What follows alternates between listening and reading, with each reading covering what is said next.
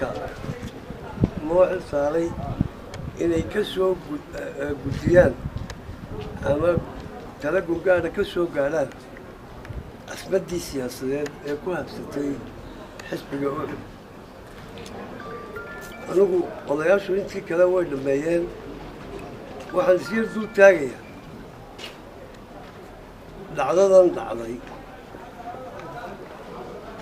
ee taariikhiga iyo backgroundkeedu sida uu noqonayo sharci ahaan iyo maxaanku idhahaa saameyntay ku yeelanayso somaliland horta mid weeyaana dhacdadani waa ugub maaha cunad xisbi qaran oo xisbi qaran loo dumiyo waa markii horreysay bal waxaynu eegaynaa xisbiyada intay dawlada yihiin bay isku biiri karaa musharaxa markay gaadhana dee hadalkiisa wadaa waxaan haddaba idiin sheegayaa somaliland maanta meel halisa bay maraysa labada xisbi markaan sheegnay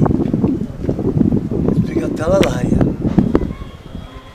waa ka maanta looga gurmanaya dalka ee laga badbaadinayo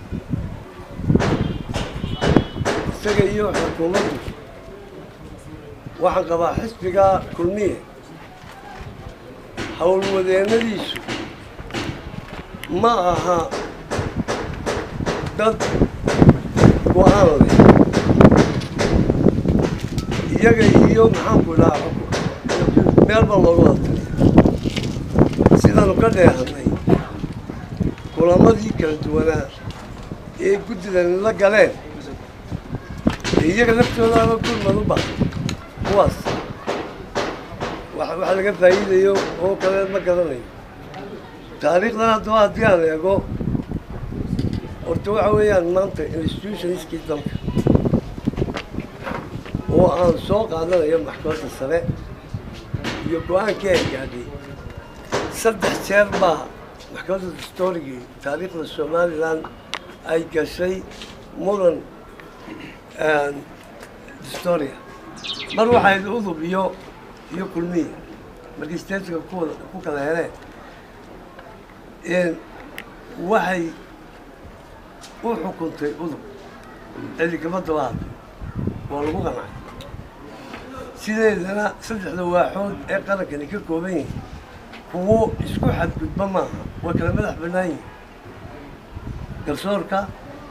sharci dejinta iyo fulinta markii labaad waxay maxkamadda dastuurigii ay qaaday xilligii ucud ay labada garabo kala jirtay markaana cabdiraxmaan cabdilaahi maxamed cabdilaahi iyo faysal bay ayay arrintaa ku xukutay waxaa halkaa ka baxay oo xukunkeedii soo yahay cidlo ayay ka xukuntay waxay xukuntay faysal markii saddexaad ee maxkamadda dastuuriga dhacdo maanta waxaan halkan ka caddaynayaa in arrinkaasi dariiqa uu maray aanu sifo sharci meelna ka soo gelin qaraarka maxkamadda sareeyadaa lahayd inay isku sirigto cid fulintii ka mid ah oo ay tidhaaho ku ilaaliya xeerarka may ahayn fariinta ay guddiga diiwaangelinta u soo celisay arrin meelmada muu ahayn waxaa warwar mudan maanta arrintii institutionskii somaliland ee qaran maanta waa kuwo laga warwari karo